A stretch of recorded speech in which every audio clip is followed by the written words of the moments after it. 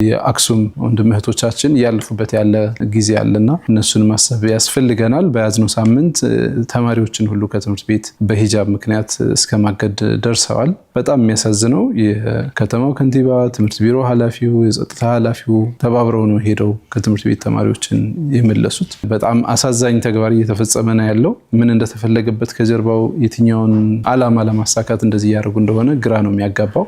ከዚህ በፊት የመቀሌ የትግራይ ክልል ፍርድ ቤት ወስኖ ነበር፣ መብታቸው ነው ሂጃብ ለብሰው መማር በሚል ማለት ነው።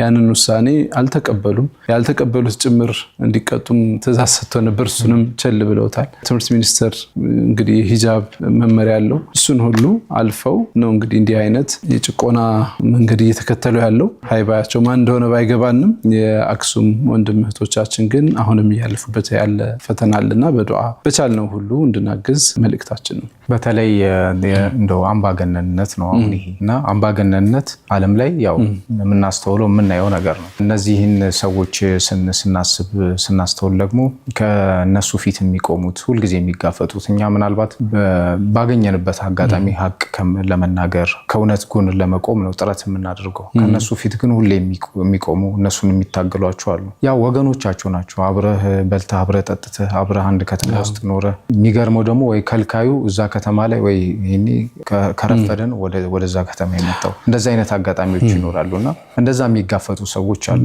እነሱን አብሽሩ ማለት እንፈልጋለን። በተለይ ወንድም እህቶቻችንን እዛ ያሉት ያው ነገሮች የሚስተካከሉበት መንገድ ባናውቅም ኢንሻአላህ ወደፊት ጥሩ ጊዜ እንደሚመጣ ተስፋ እናደርጋለን። የሚመለከተው አካል ደግሞ ሃይ እንዲል ይህንን ጉዳይ ባካችሁ እንዲል እንዲያስተካክል የመንግስት ኃላፊዎች የኢትዮጵያ እስልምና ጉዳዮች ኃላፊነት ነው። ይህንን ጉዳይ በአንክሮ እንዲከታተሉት በዚሁ አጋጣሚ ለማስታወስ እንወዳለን።